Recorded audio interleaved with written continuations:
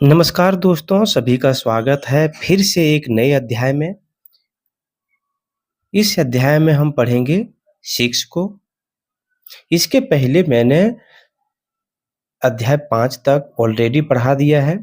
नए लोगों को मैं बता दूं, मैं JCERT कक्षा 8 के सभी बुक को बारी-बारी से पढ़ा रहा हूँ। इसके पहले मैंने 6 और 7 का जो बुक है ऑलरेडी मैंने पढ़ा दिया है।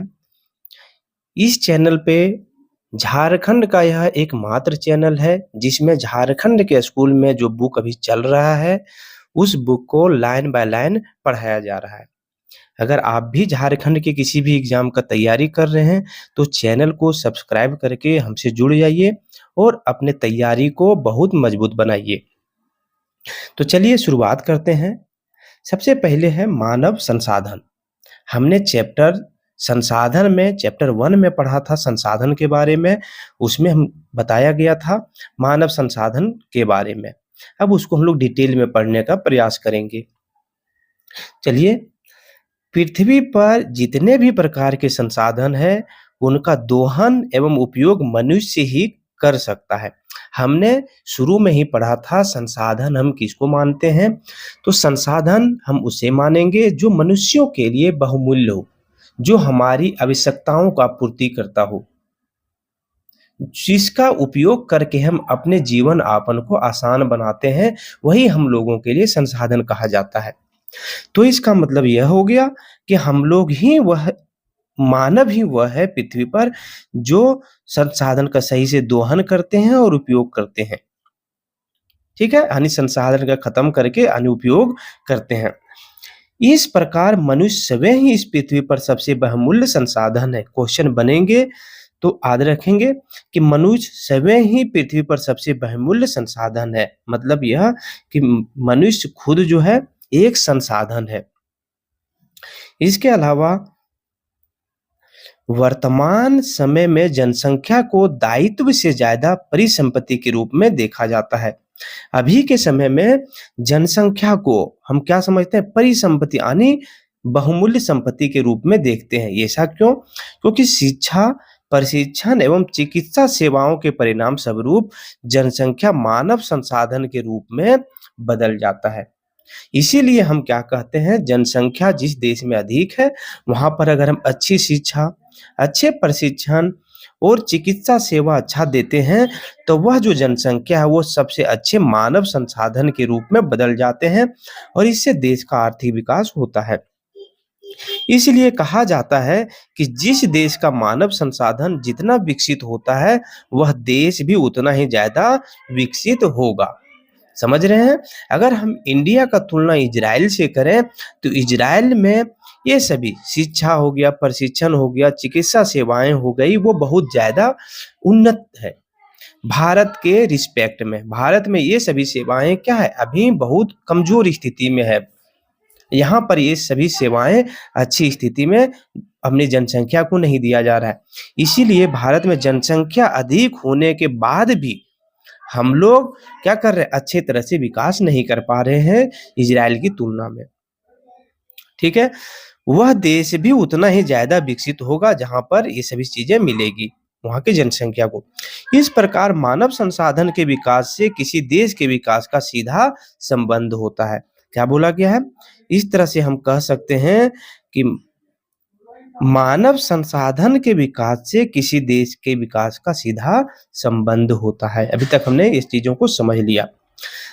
संसाधन भूगोल का जनक ज़िमरमैन के अनुसार मानव संसाधन सर्वश्रेष्ठ संसाधन होता है। भूगोल के जनक ज़िमरमैन थे। उसने यह बताया कि मानव संसाधन सर्वश्रेष्ठ संसाधन होता है। किसने? ज़िमरमैन ने। अब आते हैं जनसंख्या के वितरण, इसके बारे में समझने का प्रयास करेंगे। अन्य संसाधनों की भांति मानव संसाधन का वितरण भी विश्व में एक समान नहीं है। पृथ्वी पर लोगों के बसाव के तरीके को जनसंख्या वितरण के प्रतिरूप कहते हैं। यहाँ पर क्या कहा जा रहा है कि जनसंख्या का वितरण हर देश में एक समान नहीं है। जहाँ पर आप देखेंगे भारत और चीन ये वाला क्षेत्र, जहाँ पर आप ये वाला क्षेत्र देखेंगे, वहाँ पर अत्यधिक जनसंख्या आपको देखने को मिलेगा, चाहे भारत हो गया, भारत, पाकिस्तान, बांग्लादेश और चाइना, ये वाला जनसंख्या, एक इंडोनेशिया भी नीचे हम ले लेते हैं। ये वाला जनसंख्या यहाँ पे देश जो है, यहीं पर अगर हम बात करें तो विश्व का लगभग 30 से 40% जनसंख्या इतना में ही आपको देखने को मिलेगा। बाकी इन सभी क्षेत्रों में क्या है, जनसंख्या कम है। क्यों? क्योंकि यहाँ का भौगोलिक स्थिति, यहाँ का वायुमंडल उस तरह का नहीं है, जहाँ पे जनसंख्या ज़्यादा बस सके। ठीक है? यहाँ पर देखेंगे, अगर इधर हम देखेंगे ये वाला रूस वाला क्षेत्र में, यहाँ पर बहुत ज़्यादा ठंड पड़ रहा है, तो ठंड में जनसंख्या ज़्यादा नहीं हो सकती है, तो जनसंख्या दूर-दूर में फैले होंगे। इसी तरह इधर भी है। ये वाला जनसंख्या ज़्यादा कहाँ होगा, तो ज़ीरो इक्वेटर, देखिए 0 डिग्री इक्वेटर यहाँ पर है, यहाँ पर हो सकता है 0 डिग्री इक्वेटर। ये इक्वेटर के अगल-बगल में जो है, क्या होता है, लोगों के बसने के अनुकूल जलवायु देखने को मिलता है। आगे बढ़ते हैं। विश्व की 90% जनसंख्या 3 प्रमुख क्षेत्रों में केंद्रित है। 90% जनसंख्या कहाँ पर केंद्रित है? तो पहला है पूर्वी एवं दक्षिणी पूर्वी एशिया में, जैसा कि हमने देखा। दूसरा उत्तरी पश्चिमी यूरोप में, और उसके बाद पूर्वी तथा मध्य संयुक्त राज्य अमेरिका में जो है 90% जनसंख्या बसी हुई है। बाकी क्षेत्रों में क्या है, अगर पृथ्वी का यहाँ पे मैप होता अर्थ का, तो अच्छी तरह से हम लोग समझ पाते कि ये है हमारा अर्थ। ठीक है? यहाँ पे ध्रुव वाले क्षेत्रों में जनसंख्या बहुत कम है। ये वाला क्षेत्र जो आपको दिख रहा है, ये वाला क्षेत्र, यहाँ पर जनसंख्या बहुत ज़्यादा है। इधर जनसंख्या थोड़ा-सा कम है, इधर जनसंख्या थोड़ा कम है। यानी सबसे ज़्यादा बसाव कहाँ पर जनसंख्या के इस क्षेत्र में है। ठीक है? आगे आते हैं। शेष 10% जनसंख्या बिखरे हुए क्षेत्रों में पाई जाती है। लगभग 95% जनसंख्या उत्तरी गोलार्ध में पाई जाती है। देखिए एक चीज़ और यहाँ पे बोला गया है, 90% जनसंख्या जो है उत्तरी गोलार्ध में है। याद रखेंगे, उत्तरी गोलार्ध में 90 नहीं 95% जनसंख्या पाई जाती है। इसीलिए हम लोग इसको जनसंख्या गोलार्ध के नाम से भी बात करते हैं। और इधर जो है ये वाला दक्षिणी क्षेत्र में, इधर जनसंख्या बहुत कम मात्रा में। ऐसा क्यों? क्योंकि सबसे पहले तो यहाँ वाला क्षेत्र जो है दक्षिणी ध्रुव, यहाँ पे जनसंख्या बस नहीं सकता ठंडा के कारण। बाकी जो क्षेत्र है इधर बहुत महासागर फैले हुए हैं, तो महासागर में जहाँ पे छोटे-छोटे द्वीप हैं, जैसे कि श्रीलंका हो गया, मेडागास्कर हो गया, और जो भी मालदीव हो गया, ये सभी द्वीपों में क्या है, जनसंख्या है, लेकिन बहुत ज़्यादा नहीं है। आगे है, इसका एक प्रमुख कारण उत्तरी गोलार्ध में स्थल भाग का अधिक होना है। जनसंख्या क्यों बड़ा अधिक है बता दिए। इसके अलावा देखिए, 10 डिग्री उत्तरी अक्षांश से 40 डिग्री उत्तरी अक्षांश के मध्य विश्व की लगभग 60% जनसंख्या निवास करती है। विश्व की विश्व की कुल जनसंख्या का लगभग 75% लोग एशिया और यूरोप में रहते हैं। कितना? 75% जनसंख्या जो एशिया और यूरोप में रहते हैं, क्योंकि यहाँ पर बसने के अनुकूल मतलब क्या है, जलवायु है, इसीलिए। संपूर्ण विश्व के केवल 10 देशों में 60% लोग निवास करते हैं। अब यहाँ पर बात आ रहा है कि जितना विश्व में जनसंख्या है, उसमें से 60% जनसंख्या सिर्फ 10 देशों में निवास करती है। याद रखेंगे, एशिया और यूरोप घनी आबादी वाले महाद्वीप हैं। एशिया और यूरोप कैसे महाद्वीप हैं? घनी आबादी वाले महाद्वीप हैं। अफ्रीका क्यों नहीं है? अफ्रीका तो इक्वेटर के पास है, फिर भी यहाँ क्यों नहीं है? तो याद रखेंगे, इक्वेटर के पास सालों भर गर्मी बहुत ज्यादा मात्रा में रहता है, और सालों भर यहाँ वर्षा बहुत ज्यादा होती है। यहाँ पर जो है जलवायु उमस भरा हुआ रहता है, और जहाँ पर ज्यादा गर्मी रहता है वहाँ पर जंगल का भी विकास बहुत मात्रा में होता है। इसीलिए जनसंख्या यहाँ पर कम देखने को मिलेगा। यहाँ पर आप देखेंगे तो यहाँ पर आपको दक्षिणी अमेरिका में ब्राज़ील वाले जो देश हैं, वहाँ पर बहुत ज़्यादा यानी अमेज़न जंगल है, उसके बाद कांगो जंगल है अफ्रीका में, ये सभी जंगल आपको देखने को मिलेंगे। देखिए, यहाँ जनसंख्या का एक आंकड़ा 2014 के हिसाब से दिया गया है। चीन में 135 करोड़ है, भारत में 121, इसी तरह ये जनसंख्या का आंकड़ा आपको देखने को मिलेगा।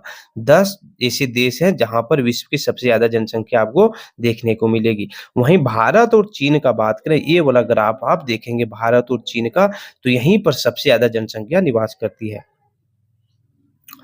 आगे है, भू पर पृष्ठ का 70% भाग कम या विरल बसा हुआ है। यहाँ संपूर्ण विश्व जनसंख्या का 5% से भी कम निवास करते हैं।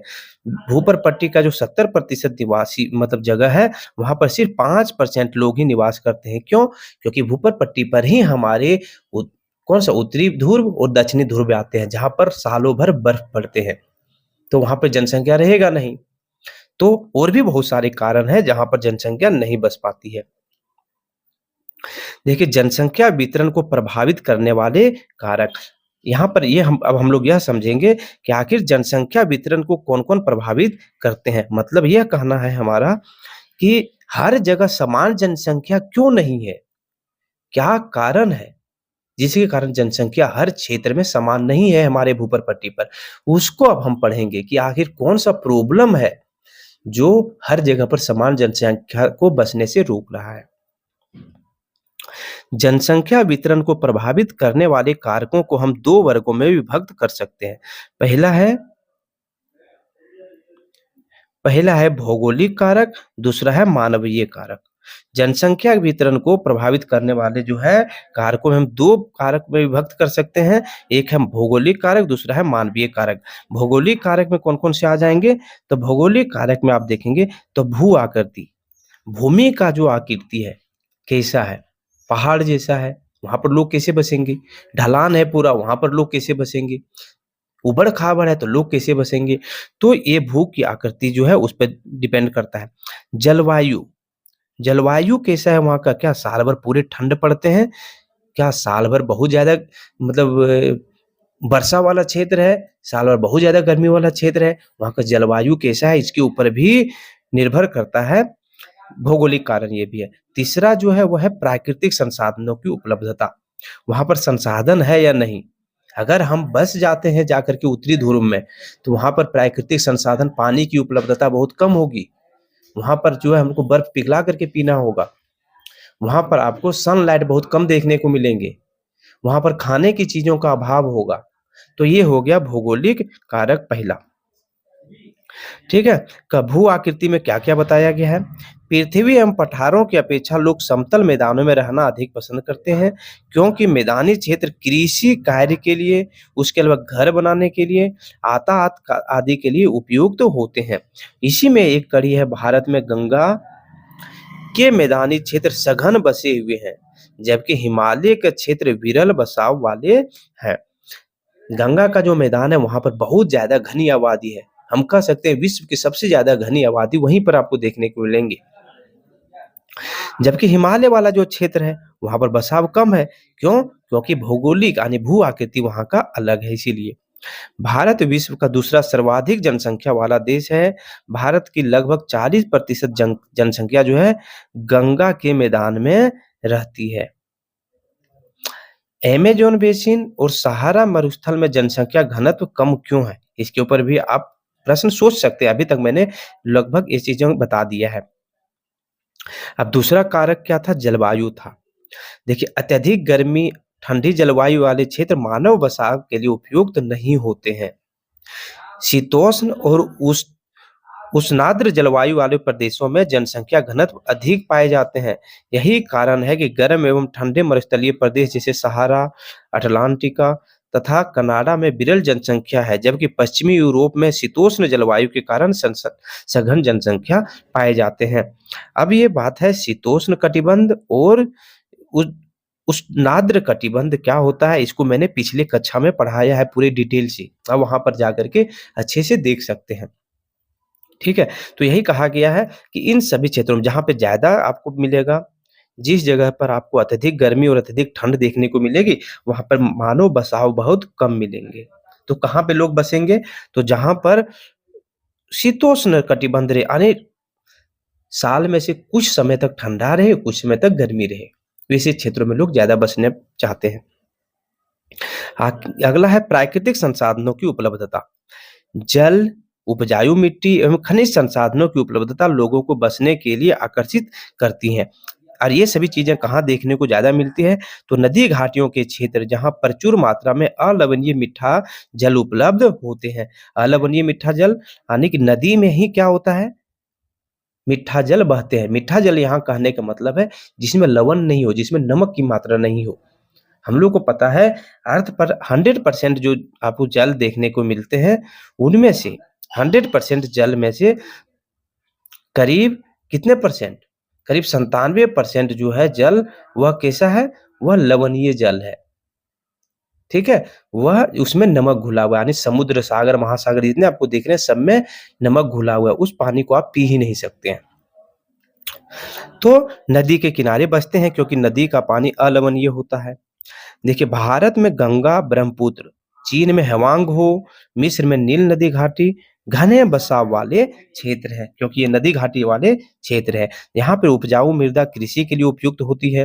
अतः उपजाऊ मृदा वाले प्रदेशों में जनसंख्या अधिक पाई जाती है। क्यों? क्योंकि उपजाऊ मृदा है, मीठे पानी मिल रहे हैं, खेती करके हम क्या करेंगे? अपना जीवन यापन कर सकते हैं। ठीक है? और नदी कहाँ पर अधिकतर बहता है? तो नदी अधिकतर मैदानी क्षेत्रों में ही देखने को आपको मिलेंगे। तो यहाँ पे घर बनाकर बसना भी आसान होता है। उत्तर भारत में मैदानी क्षेत्र में उपजाऊ मृदा के कारण ही घनी आबादी है। वैसे क्षेत्र जहाँ खनिज संसाधन जैसे कोयला, पेट्रोलियम, लौह अयस्क अधिक प्रचुर मात्रा में उपलब्ध हो, वहाँ भी आबादी अधिक होती है। जहाँ पर ये सब खनिज संसाधन आपको देखने मिलेंगे, वहाँ पर भी आबादी क्या होता है? ज़्यादा होता है। कुछ एग्जाम्पल है, जैसे झारखंड का छोटा नागपुर पठार इलाका खनिज संसाधनों में समृद्ध है, इसीलिए यहाँ पर क्या है? आबादी अधिक है। मध्य पूर्व के अरब देशों में पेट्रोलियम भरपूर मात्रा में उपलब्ध है। ये क्षेत्र जलवायु प्रतिकूल होते हुए भी लोगों का आकर्षित कर रहे हैं। यहाँ का जलवायु जो है वो कैसा है? गर्म है, फिर भी वहाँ पे पेट्रोलियम के कारण लोग जो है बसना, मतलब आकर्षित कर रहे हैं, लोगों को वहाँ पे जाना आकर्षित कर रहा है। अब यहाँ दूसरा कारक था, अभी तक हमने भौगोलिक कारक के बारे में पढ़ा। दूसरा कारक अब हम जानने का प्रयास करेंगे, क्या? मानवीय कारक, यानी मानव के द्वारा क्या-क्या कारक है। तो है देखिए, इसके अंतर्गत सामाजिक, आर्थिक एवं सांस्कृतिक कारक आते हैं। पहला है सामाजिक कारक। सामाजिक कारक में क्या होंगे? शिक्षा, स्वास्थ्य और आवास वाले क्षेत्रों में जनसंख्या घनत्व अधिक पाया जाता है, जिसे पुणे और बेंगलोर आदि। हम यह भी इस तरह से भी इसको समझ सकते हैं, हम सामाजिक कारक को इस तरह से भी समझ सकते हैं, अगर इसको उल्टा करें तो, कि जनसंख्या घनत्व वहीं अधिक होगा जहाँ पर शिक्षा, स्वास्थ्य और आवास वाले क्षेत्र को बनाने की उपलब्धता होगी। तो ये सभी क्षेत्र कहाँ बना सकते हैं? जहाँ समतल भूमि हो। ठीक है? दूसरा है आर्थिक कारक। ऐसे प्रदेश जहाँ रोजगार के साधन उपलब्ध होते हैं, वहाँ घनी आबादी पाई जाती है। औद्योगिक क्षेत्र ऐसे ही क्षेत्र हैं। भारत का मुंबई, अहमदाबाद, जमशेदपुर, जापान का ओसाका में आर्थिक क्रियाकलाप के विकसित होने के कारण ही अधिक जनसंख्या पाई जाती है। लोग क्या करेंगे? लोग पैसा कमाना चाहते हैं। आर्थिक मतलब क्या हो गया? पैसा कमाना ही आर्थिक कारक। तो आर्थिक कारक कहाँ ज़्यादा होगा? जहाँ पे रोजगार के साधन उपलब्ध होंगे। कहाँ पे रोजगार के साधन उपलब्ध होंगे? जहाँ पर हम उद्योग लगाएँगे। वहाँ पर लोग क्या करेंगे? पैसा कमाने के लिए जाते जाएँगे और फिर उसका फैमिली वहाँ पे बढ़ता जाएगा। तो जनसंख्या वास्तविक है वहाँ पे बढ़ता जाएगा। अब जनसंख्या बढ़ा तो लोग वहाँ पे और व्यापार करने लगेंगे, दुकान लगा कर के व्यापार करना प्रारंभ करेंगे। जनसंख्या बढ़ने के कारण है ये सब। ये सभी शहर इसके प्रमुख कारण है। तीसरा है सांस्कृतिक कारण। क्या है इसका? धार्मिक एवं सांस्कृतिक महत्व वाले स्थान लोगों के बसने के लिए आकर्षित करते हैं। जैसे वाराणसी, हरिद्वार, यरूशलेम, वेटिकन सिटी ऐसे ही शहर है। अब सांस्कृतिक कारक में क्या आता है? तो जो धार्मिक रूप से लोगों को आकर्षित कर रहा हो, जो धार्मिक रूप से जो है और फिर सांस्कृतिक रूप से महत्व रखता हो। जैसे कि हम काशी का बात करें, जैसे अभी अयोध्या नया नया शहर बसा हुआ आपको देखने को मिलेगा, अयोध्या। इसी तरह जहाँ पे छोटे मंदिर आपको, अभी देवघर कुछ समय बाद आपको पता चलेगा, देवघर जो है मंदिर के कारण वहाँ पे लोग बसने लगे। लोगों को वहाँ पर आकर्षित किया गया। ठीक है? जैसे वाराणसी हो गया, हरिद्वार, यरूशलेम, वेटिकन सिटी ऐसे शहर हैं जहाँ धार्मिक रूप से और सांस्कृतिक महत्व के कारण लोग जाके बसने लगे। देवघर में क्या हुआ? लोग जैसे कि पंडा लोग वहाँ पर जो है मंदिर को देखने के लिए लोग जाने लगे। वहाँ पे व्यापार बढ़ा, वहाँ के यातायात सुविधाएँ बढ़ी। उसके बाद कुछ लोगों ठहरने के लिए वहाँ पे घर बनना शुरू हुआ। तो अब क्या हुआ? एक शहर अधिक रूप से विकसित होने लगा।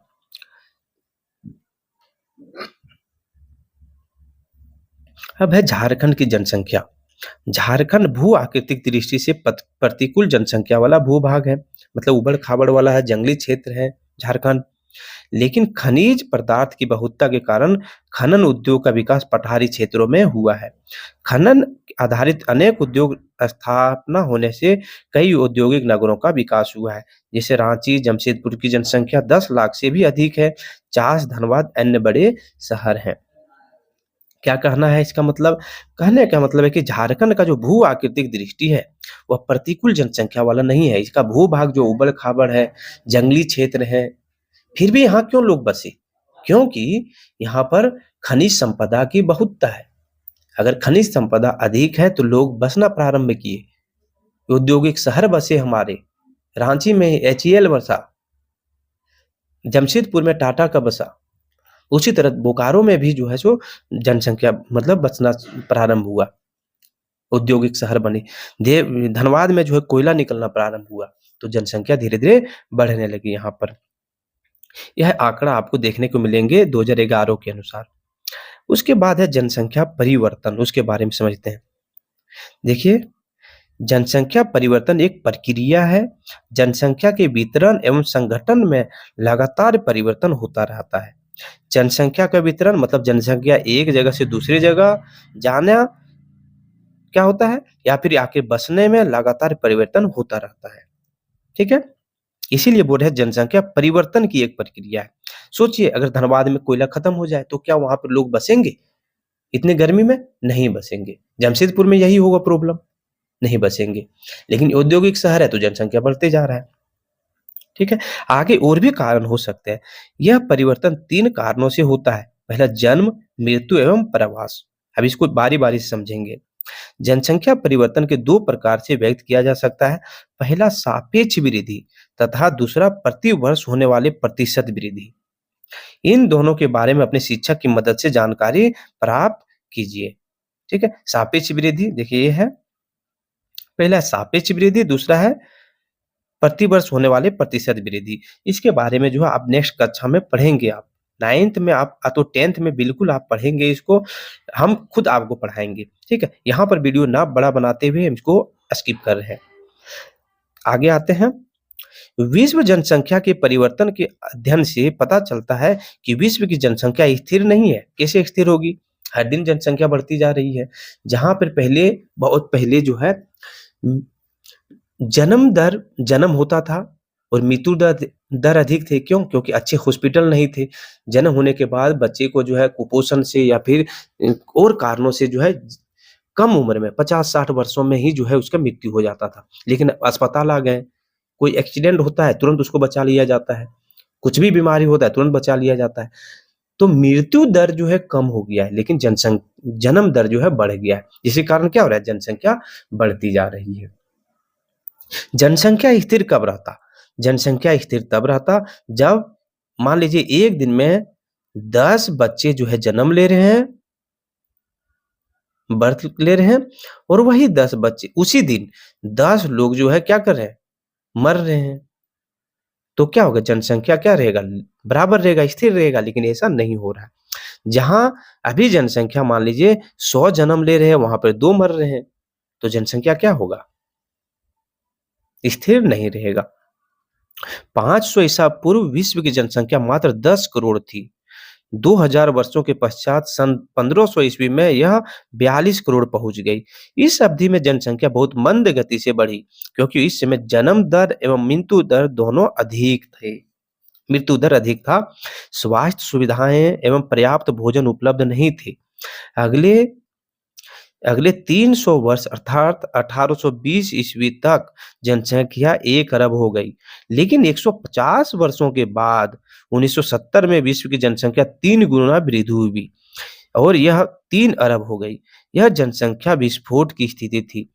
इसके बाद मात्र 30 वर्षों की अवधि में जनसंख्या 6 अरब हो गई। अब सोचिए जनसंख्या इतनी ज़्यादा बढ़ रही है, लेकिन जो यहाँ पर हमारे संसाधन है वह सीमित है। इसीलिए हम लोग क्या करें? संसाधन का संरक्षण करना यानी बचाव करना ज़रूरी हो जाता है। अब इसका मुख्य कारण क्या है उसको बताया गया है, इसको मुख्य कारण समझते हैं। इसका मुख्य कारण अधिक जन्म दर एवं कम मृत्यु दर थी। चिकित्सा सुविधाओं में विस्तार हो गया, खाद्यान्न का भरपूर उत्पादन इसका प्रमुख कारण था। अनुमान के अनुसार विश्व की जनसंख्या 2025 में लगभग 8.5 अरब हो जाएगी। यह बुक जिसमें बन रहा था उसमें यह अनुमान लगाया गया था कि जनसंख्या इतनी हो जाएगी 2025 ईस्वी में। अभी हम लोग 2025 ईस्वी में है, लेकिन जनसंख्या का जो आंकड़ा अभी तक हम लोग को देखने को नहीं मिलता है इतना, ठीक है। जनसंख्या जब होगा इसके सर्वे तो हम लोग को देखने को मिलेगा। आगे आते हैं, जन्म दर एवं मृत्यु दर में अंतर तथा प्रवास जनसंख्या परिवर्तन के कारक हैं, ठीक है। देखिए, जन्म लेना या फिर मरना जनसंख्या में अंतर पहुंचाता है। प्रवास क्या हो गया? प्रवास का मतलब हो गया, चलिए ये दो शहर बनाते हैं, क्या होगा? एक शहर यहाँ से आप उठ करके कहीं दूसरे शहर चले गए, तो क्या हुआ? एक जगह से दूसरे जगह जाना ही क्या कहलाता है? प्रवास कहलाता है। एक जगह से दूसरी जगह कोई व्यापार करने के लिए जा रहा है, बसने के लिए जा रहा है, उसको ही हम प्रवास बोलेंगे। जब किसी क्षेत्र विशेष में जन्म दर मृत्यु दर से अधिक होती है, तो जनसंख्या में वृद्धि हो जाती है। जब जन्म दर अधिक हो और मृत्यु दर कम हो, तो जनसंख्या में वृद्धि होना वास्तविक है, ठीक है। आगे है, जन्म दर और मृत्यु दर बराबर होने की स्थिति में जनसंख्या स्थिर रहती है, जैसा कि हमने पहले ही चर्चा किया हुआ है उसके बारे में। जन्म दर जब मृत्यु दर से कम हो जाती है तो जनसंख्या घटने लगती है। अगर लोग ज्यादा मरने लगे, जैसे कोरोना के समय हुआ था, तो जनसंख्या क्या होगा? घटने लगेगा। जब जनसंख्या में इतनी तेजी से वृद्धि होने लगे तो उपलब्ध संसाधन मनुष्य की मौलिक आवश्यकताओं की पूर्ति के लिए कम पड़ने लगे, तो ऐसी स्थिति में जनसंख्या विस्फोट कहते हैं। जब हम जनसंख्या विस्फोट बोलेंगे, चलिए देखते हैं इसको। जब जनसंख्या में इतनी तेजी से वृद्धि होने लगे कि उपलब्ध संसाधन जो है वह मनुष्य की मौलिक आवश्यकताओं की पूर्ति के लिए कम पड़ने लगे। जो मनुष्य का मौलिक आवश्यकताएं हैं, जैसे खाना हो गया, रहना हो गया, ये सभी चीजें जो है वह कम पड़ने लगे, तो इस स्थिति में हम क्या बोलेंगे कि जनसंख्या विस्फोट हुआ है। अब क्या क्या हो सकता है जनसंख्या विस्फोट में? देखिए, प्रवास के कारण भी जनसंख्या के आकार में परिवर्तन होता है। प्रवास के कारण आकर एक जगह पर आके बाहरी लोग बस रहे हैं, तो उसमें भी तो जनसंख्या में परिवर्तन हो जाएगा। उसका दूसरा है, दूसरा उत्प्रवास के कारण किसी देश या क्षेत्र की जनसंख्या घटती है अथवा अप्रवास के कारण बढ़ती है। उत्प्रवास का मतलब क्या होता है, इसको बारे में यहाँ बताया गया है। देखिए, दूसरे देशों से किसी एक देश में आना, क्या ये अप्रवास हो गया। दूसरे देश से एक देश में आना अप्रवास हो गया। लेकिन उत्प्रवास मतलब क्या होता है? देश छोड़कर दूसरे देशों में जाना उत्प्रवास कहलाता है। प्रवास क्या हुआ? किसी स्थान में लोगों के आने जाने को हम प्रवास कहते हैं। किसी एक स्थान में, जैसे शहर का, लोगों का आना जाना ही प्रवास कहलाता है। अल्प विकसित देशों में उत्प्रवास एवं विकसित देशों में अप्रवास की स्थिति पाई जाती है। अल्प देशों में क्या होता है?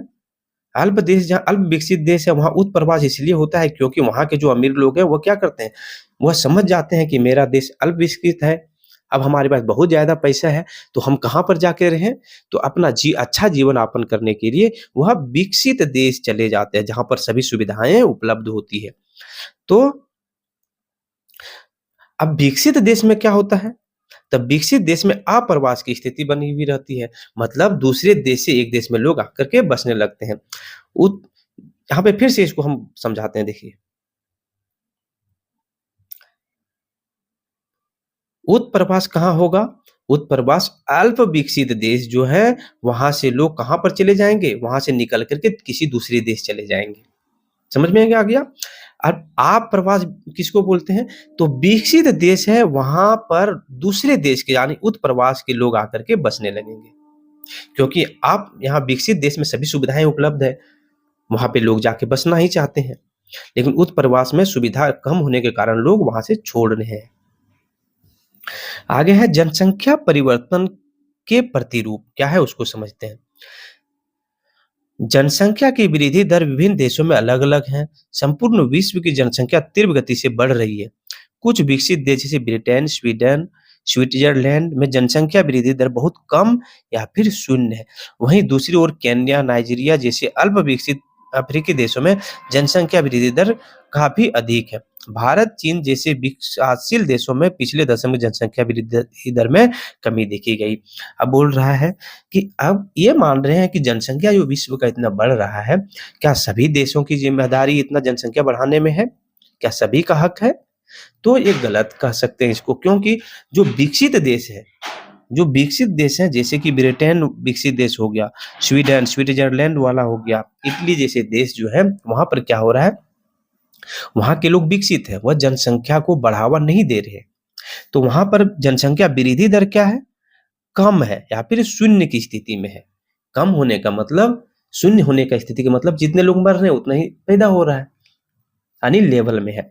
लेकिन जो अल्प विकसित देश हैं, जिसको ज़्यादा समझ नहीं है, जिसके मतलब जनसंख्या अधिक होने पर क्या-क्या नुकसान होगा, उसकी समझ नहीं है। जैसे कौन-कौन से देश होंगे? तो उसमें से एक हो जाएगा, देखिए, केन्या, नाइजीरिया जैसे देश जो अल्प विकसित अफ्रीकी देश है, वहाँ पर क्या है, जनसंख्या वृद्धि दर काफ़ी अधिक है। यहाँ पे बच्चे अधिक ज़्यादा मात्रा में पैदा हो रहे हैं। लेकिन भारत और चीन के मामले में क्या है कि यहाँ का जनसंख्या दर पिछले दशक से कम हुआ, यानी लोग जागरूक हुए हैं। अब आगे आता है जनसंख्या घनत्व, इसके बारे में समझते हैं।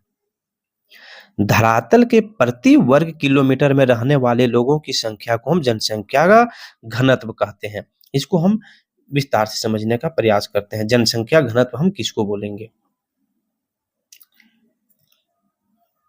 देखिए, ये किसी देश का हम 1 किलोमीटर का टुकड़ा ले लेते हैं। 1 किलोमीटर का टुकड़ा का मतलब 1 किलोमीटर लंबाई, 1 किलोमीटर चौड़ाई वाला टुकड़ा हम ले लेते हैं। अब इस जन क्षेत्र में जितने लोग निवास कर रहे हैं, हाँ, उसी को हम क्या बोलेंगे? जनसंख्या घनत्व बोलेंगे। घनत्व का मतलब होता है कितना घना है। समझ रहे हैं? कितना घना है, यानी यहाँ पर कितने लोग रह रहे हैं, उसको हम जनसंख्या घनत्व बोलेंगे।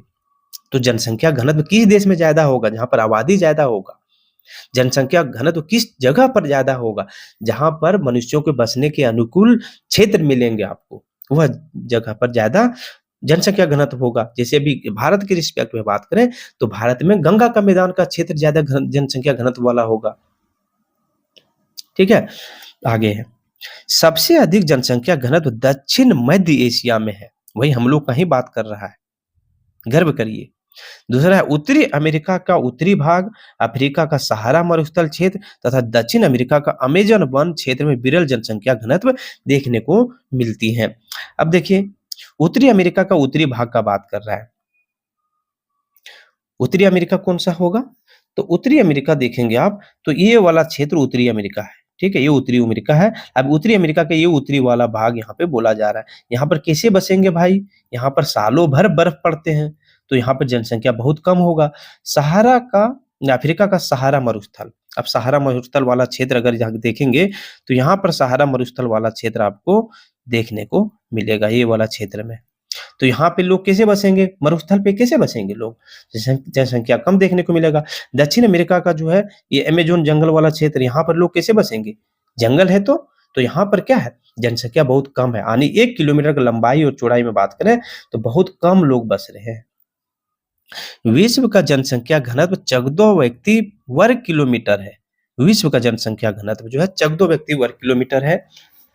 ठीक है? यानी टोटल सभी का जनसंख्या घनत्व मिलाया जाए, निकाला जाए तो।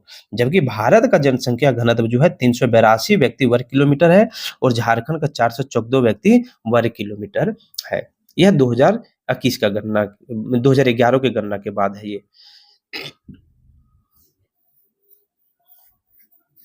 अब आगे आता है जनसंख्या संगठन।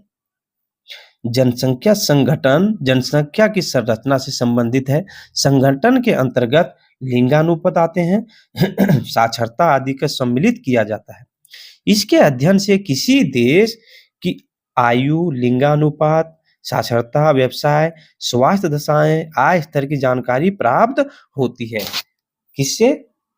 जनसंख्या संगठन से। इसके बारे में और विस्तार से आप आगे पढ़ेंगे। ठीक है? जनसंख्या संगठन का अध्ययन करने के लिए एक तरीका जनसंख्या पिरामिड का है। हम लोग जनसंख्या पिरामिड से इसका अध्ययन कर सकते हैं।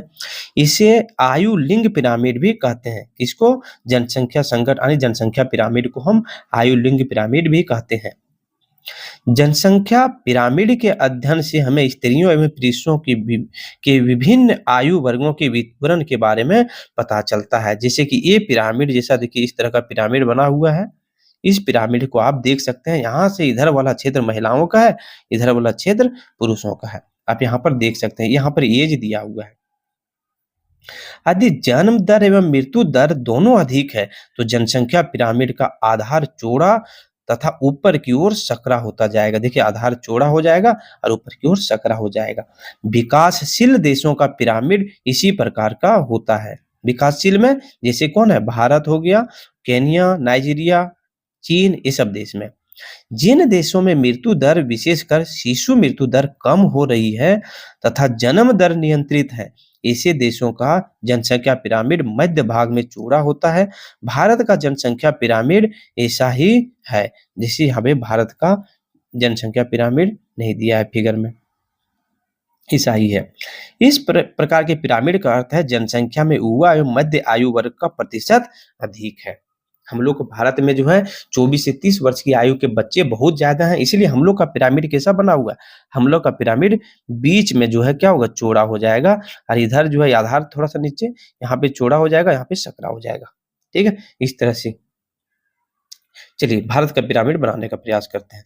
भारत का पिरामिड कैसा होगा, तो इस तरह से पिरामिड भारत का हो जाएगा।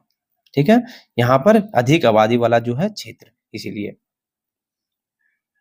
कम जन्म दर एवं कम मृत्यु दर वाले देशों का पिरामिड आधार पर सकरा होता है। जहां पर कम मृत्यु दर और कम जन्म दर होगा वहां का पिरामिड कैसा होगा, आधार पर सकरा होगा। क्योंकि देखिए यहाँ पर आयु देखिए कि कम 4 वर्ष तक का आयु का बच्चा कम होगा क्योंकि जन्म दर बहुत कम है। हम लोग का पिरामिड बीच में इसलिए चौड़ा है क्योंकि यहाँ 25 से 29 देखिए ये वाला क्षेत्र में यहाँ का जनसंख्या हम लोग का ज्यादा है, इसलिए यहाँ का चौड़ा है। यहाँ पे सकरा क्यों हो जाता है, क्योंकि यहाँ पर इतने आयु तक लोग बचते नहीं है, इसीलिए सकरा हो जाता है बचे बहुत कम है। इस प्रकार का पिरामिड दर्शाता है कि कम मृत्यु दर के कारण अधिक लोग वृद्धावस्था तक जीवित रहते हैं। किसी देश की जनसंख्या एक मूल्यवान संसाधन है, हमने पहले पढ़ा। यदि उस देश के लोग शिक्षित, प्रशिक्षित, स्वस्थ, उत्साही और आशावादी हो तो जनसंख्या बोझ नहीं बल्कि संसाधन बन जाती है। किसी देश की जनसंख्या अगर प्रशिक्षित हो, शिक्षित हो तो वो जनसंख्या देश पर बोझ नहीं बनता बल्कि क्या हो जाता है, देश का विकास होने लगता है। जापान और बांग्लादेश दोनों सघन आबादी वाले देश हैं, लेकिन जापान एक उच्च विकसित देश है। जापान उच्च विकसित देश है क्योंकि वहां की जनसंख्या अधिक होने के कारण भी लोग हाथ बटा रहे हैं, इसीलिए। जबकि बांग्लादेश विकासशील एवं भारतवासी भाग्यशाली हैं कि हमारे जनसंख्या का सर्वाधिक प्रतिशत युवा वर्ग है जिन्हें योग्य एवं कुशल बनाने के अवसर प्रदान करने की आवश्यकता है। इसको समझने का प्रयास करेंगे। सबसे पहले आता है जापान। जापान में जनसंख्या अधिक है लेकिन जगह रहने का क्षेत्र कम है, फिर भी वह जनसंख्या वहां पर बोझ नहीं है। क्यों? क्योंकि वहां के लोग जो है प्रशिक्षित है ऑलरेडी, तो वह संसाधन के रूप में जनसंख्या वहां की काम कर रही है, कोई बेले नहीं बैठा हुआ है। अब दूसरा आता है आपका, देखें तो बांग्लादेश आता है। बांग्लादेश विकासशील देश है, विकासशील देश है, ठीक है, यानी ये विकसित नहीं है।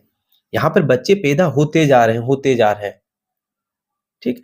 यहाँ पर खाने की भी सुविधा अधिक मात्रा में नहीं हो पा रही है, तो इसको हम क्या बोलेंगे, इसको हम बोलेंगे कि बांग्लादेश की जनसंख्या जो है अपने देश पर बोझ है। जबकि भारतवासी जो है भाग्यशाली है। क्यों भाग्यशाली है? क्योंकि हमारे देश के अधिकतर प्रतिशत जो है जनसंख्या ये युवा वर्ग है। अब किसी व्यक्ति को हम कब प्रशिक्षित कर सकते हैं? जब युवा वर्ग में हो। तो अभी हम लोग के पास मौका है कि हम जितने भी युवा साथी लोग हैं उसको प्रशिक्षित करें ताकि बाद में वह देश का संसाधन बने, देश का बोझ नहीं बने। इसीलिए भारत सरकार ने प्रधानमंत्री कौशल विकास योजना की शुरुआत की है ताकि लोग जो पहले से काम कर रहे हैं उसको और ज्यादा कुशल बना सकें और जो लोग काम नहीं कर रहे हैं उसको हम प्रशिक्षित कर सकें। समझ रहे हैं बात को? अब आता है भारत की जनसंख्या। 2011 की जनसंख्या के अनुसार भारत की जनसंख्या 1 अरब 2 करोड़ 21 करोड़ है। अभी ये अब जनसंख्या और ज़्यादा बढ़ गया है, 1 करोड़ अरब 40 करोड़ के लगभग। सर्वाधिक जनसंख्या वाला राज्य जो है उत्तर प्रदेश है, सबसे कम जनसंख्या वाला राज्य सिक्किम है। भारत में प्रत्येक 10 वर्ष के अंतराल में जनगणना किया जाता है। उसके बाद भारत का प्रथम जनगणना 1872 ईस्वी में हुई थी, परंतु नियमित 10 वर्षीय जनगणना की शुरुआत 1881 में हुआ था। असल में हुआ ये था, जब जनगणना की शुरुआत सर्वप्रथम भारत में हुई थी 1872 में, उस समय यहाँ पर अंग्रेज का शासन था। तो 1972 में क्या हुआ, सही तरह से जनगणना नहीं हुआ था। जैसे इस तरह से किसी गाँव के बारे में किसी से पूछ लिया गया कि तुम्हारे गाँव में कितने लोग हैं? तो सर 100 लोग, तो उसको जनगणना में गिनती कर लिया गया। इसी तरह की जनगणना हुई कि तुम्हारे गाँव में कितने बैल हैं, कितने घर हैं? किसी ने बता दिया सर 10 है, 5 है, तो जो है जनगणना हो गया, यानी ऑथेंटिक डाटा नहीं था।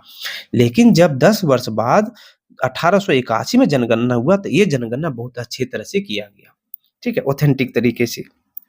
उसके बाद यह नियम बना दिया गया कि भारत में हर 10 वर्ष में जनगणना होगी। तो भारत में अंतिम बार जनगणना 2021 में हुआ था।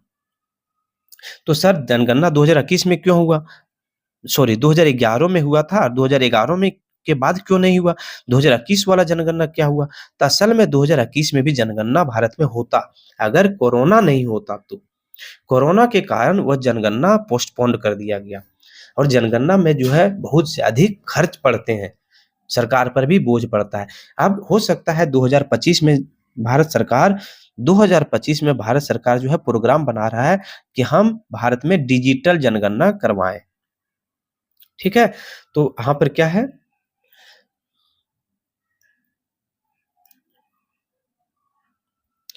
भारत की साक्षरता दर 2011 की जनगणना के अनुसार 74% है। मतलब यह कि भारत में अगर 100 लोगों की आबादी को अगर हम देखें, तो उसमें से 75% लोग साक्षर हैं। तो हम साक्षर किसको बोलेंगे? तो वह लोग जो अपना हस्ताक्षर खुद कर सकता है, उसको हम साक्षर की श्रेणी में रखते हैं, या फिर कुछ पढ़ सकता है, उसको हम साक्षर की श्रेणी में रखते हैं। तो वह साक्षरता दर कितना है? तो 75% हमारे देश में साक्षरता दर है। समझ में आ गया है? आगे देखिए, जन्म दर किसको बोलेंगे? प्रति हजार जनसंख्या पर प्रति वर्ष जीवित बच्चों की संख्या को हम जन्म दर बोलेंगे। मतलब यह कि अगर 1 साल में 1000 बच्चों ने जन्म लिया, अगर 1000 बच्चों ने जन्म लिया, उसमें से कितने बच्चे बचे हैं, उसको हम क्या बोलेंगे? जन्म दर बोलेंगे। ठीक है? अगर इसमें से 980 बच्चे बचे हैं, तो इसको हम जन्म दर के रूप में ले लेंगे। मृत्यु दर किसको बोलेंगे? तो प्रति हजार जनसंख्या पर प्रति वर्ष मृतकों की संख्या को हम मृत्यु दर बोलेंगे।